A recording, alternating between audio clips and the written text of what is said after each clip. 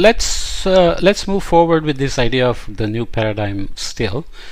Many nuances of the definition show that many concepts are currently being articulated around the sustainable development. Intellectuals that are pushing a new intellectual philosophy based on awareness of diversity and interdependency, theorists who are for a systemic focus on science, social leaders that promote the creation of subsistence communities and economies, ecological militants and business people with a long-term view oriented toward responsible resource management, all rally today around this new paradigm that is the incarnation of the need to integrate human beings into their environment once more. If you want, you can go look up Herman Daly's idea of how instead of thinking of sustainability, economy and environment as some Venn diagram, environment should be the envelope within which sustainability and economics have to happen. So this is the idea of putting everything under the environment rather than thinking of that as an aftermath. Okay, so looking at more ideas, I won't read all of the text obviously again.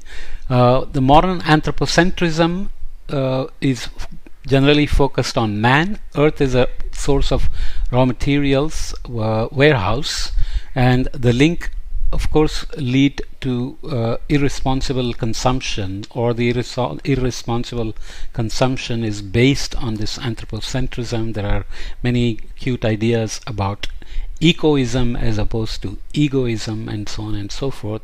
For me, it's always critical to see what actions can be drawn, what how to incentivize actions rather than have these kind of words that are, you know, kind of good caricatures of what we are doing, like anthropocentrism. But how do we go away from thinking of Earth as a raw materials warehouse and move to this biocentrism as a concept? Postmodern is biocentrism, focuses life. Earth is interdependent organisms, so we are part of the system and not external to it, which is nice to say, but how do we make it happen? And the link should lead to sustainability, or this should drive sustainability. So the direction and sense of change, there is no real consensus at present with regard to the direction that the advance of change toward the new paradigm is taking. In his book Blessed Unrest, ecologist Paul Hawken analyzes this largest movement on Earth that has gone largely ignored by politicians and the media, and that according to him is being organized like nature from the bottom up. Hawken says that in every city, town and culture, it's emerging to be an extraordinary and creative expression of people's needs worldwide. John Elkington, which is quoted a lot by this author of this book, says, the author of Cannibals with Forks, points out that the driving force behind sustainable development is a qualitative transformation. The effects I didn't read it properly, sorry about that. For his part, John Elkington, author of Cannibals with Forks, points out that the driving force behind sustainable development is a qualitative transformation that affects both supply and demand. So the text is wrong there. Okay, and other people saying various things as well. So without reading all the details, let's jump to the dimensions and issues of sustainable development. Science, ecology, civil society, business, etc. Each group or individual promoter of sustainable development stimulates construction of the new paradigm from the field of action in which he, she operates. So there is an agency. People who are willing and able can get to act. This gives rise to the different dimensions of sustainable development, with each of these being characterized by a variety of issues or areas of debate.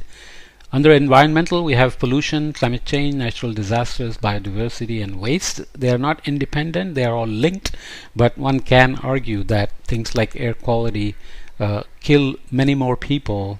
Cardiovascular diseases kill 30% of all deaths. cardiovascular diseases are responsible for 30% of all deaths, whereas natural hazards are responsible for less than 1%. So climate change gets a lot of attention the way it's being done, let's say led by IPCC, but these are the issues we have to worry about. And there is always the idea that climate change action will worry about biodiversity and waste as well, to the extent that waste is part of the emission process and so on. Socially speaking, health and quality of life, education, equality, human rights, equal access to opportunities. This book doesn't mention so much the sustainable development goals, but we know that these map onto those 17 sustainable goals as well.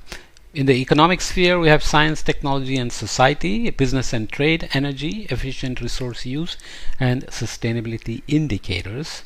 Institutionally speaking, we need agents, institutions, governance and transparency, participation and democracy, globalization, ultra-globalism, and international cooperation. So, you see the props being used here, waste, renewable energy, and people. So agents of change then within the new framework of the new paradigm, which underscores the value of association and cooperation. The work of civil organizations, the non-governmental organizations being among them as well, has made a considerable impact. Emerging from the urban middle class, which burgeoned with the economic expansion of the 1960s, these began to operate in the 1980s and acquired a stellar role in the 1990s. Substituting for a state that was reduced to its minimum expression and incapable of providing answers to the problems relating to health, education, poverty, human rights, environmental pollution, promotion of women's development, and consumer rights, among other issues. Okay, so there are various NGOs mentioned here: Amnesty International, this one is Equal Exchange NGO. Canadian mining firm drove some actions here. Meridian Gold announced plans for open sky gold mining operations in the Andes range near Esquel, Chubut province of Argentina.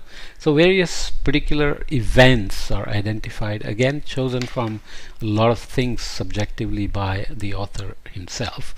So within that we have had evolutions of various technologies.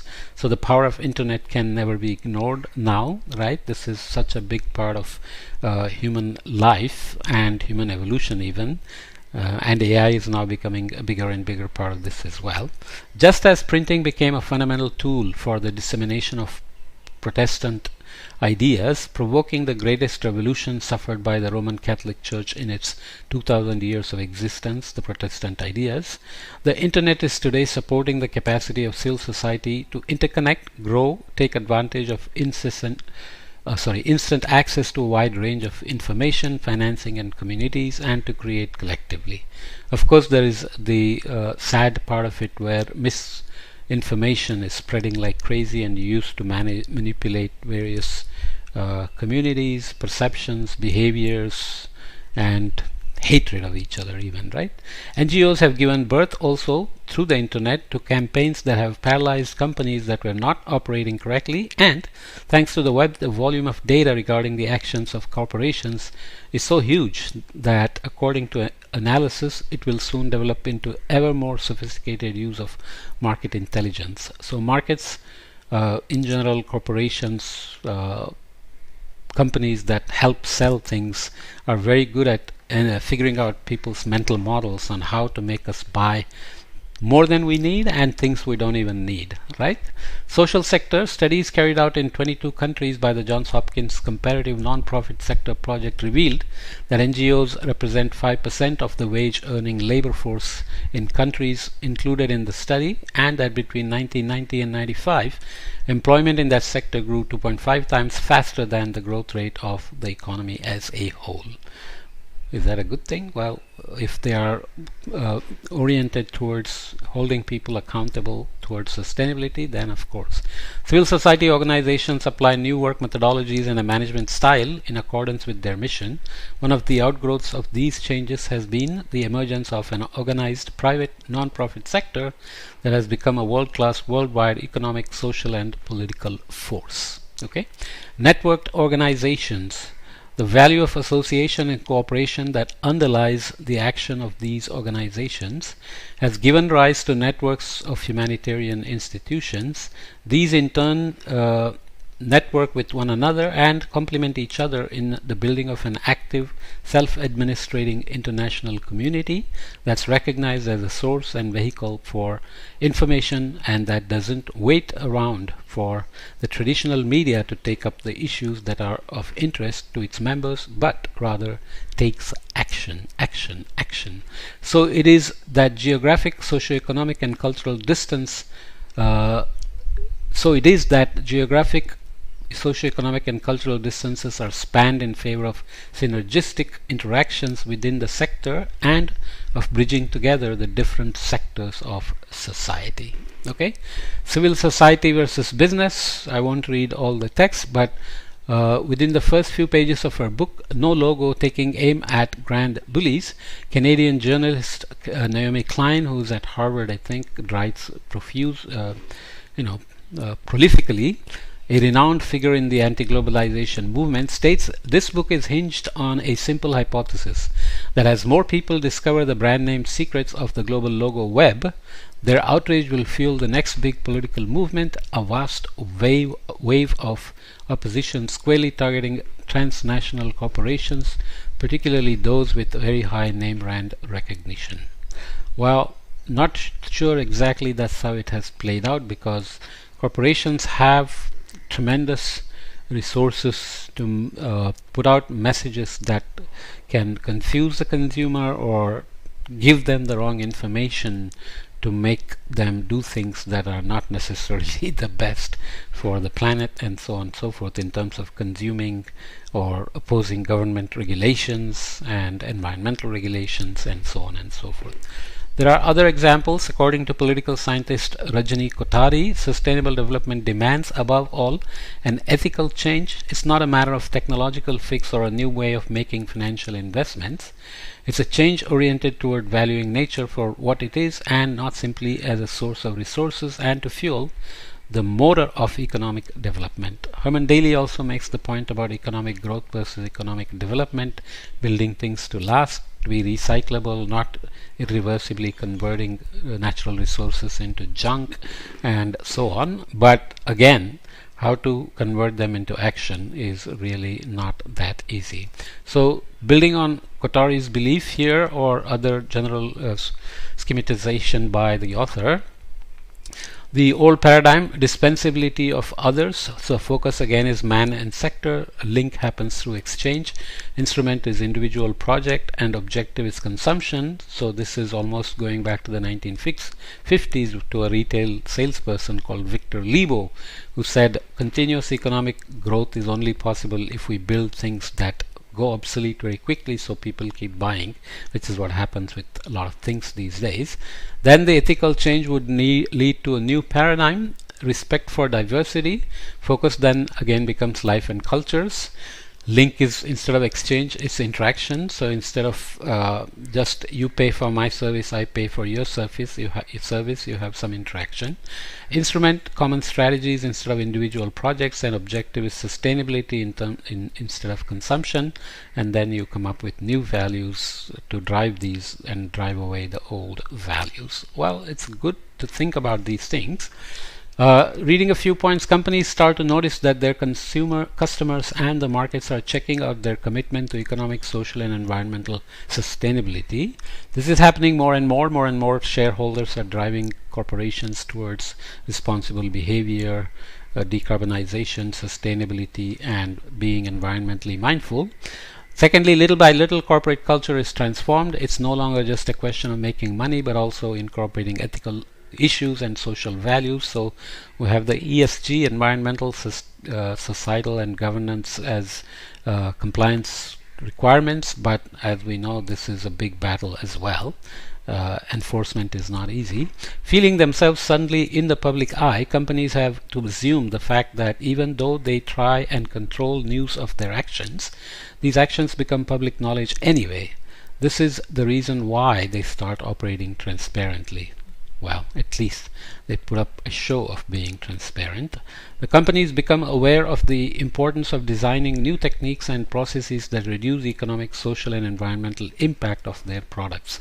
But you should be aware of the terminology we use almost intuitively and without realizing what it means. When we say corporations or companies, these are not individuals. These are owned by us, shareholders. So companies, run by people who have to respond to shareholders in terms of profits, balance sheets, etc. So we are all in it in many ways. So we can be responsible and hold the companies responsible as well. Moving forward, companies form strategic alliances among themselves or between themselves and organizations from other sectors, even some that were traditionally considered enemies. So are they going to work together to accomplish sustainability? Happens in many situations. Gradually, the way of conceiving corporate timeframes changes and a need emerges to think more and to plan on a long-term basis. So there are ideas and some case studies showing that the ESG compliances, environmental, societal, and governance compliances in terms of worrying about workers' welfare, quality of life, environment, and so on, actually also enhances profitability and share prices go up. So this has to become such a common practice that everybody thinks that's the best way to do business. The TBL, triple bottom line agenda, is incorporated into the company's strategic management to control the economic, social, and environmental impact of processes and products. So that heads towards the ESG as well. So let's then come back and look at business in the 21st century in terms of market pressure, new values, transparency, technology, partnerships, long-term vision, and the triple bottom line. So the 7 revolutions towards sustainability according to John Elkington, who this author seems to be a big fan of. So you can go and read more about John Elkington's work to see how you can add value to this brief summary I'm giving of the book. Okay.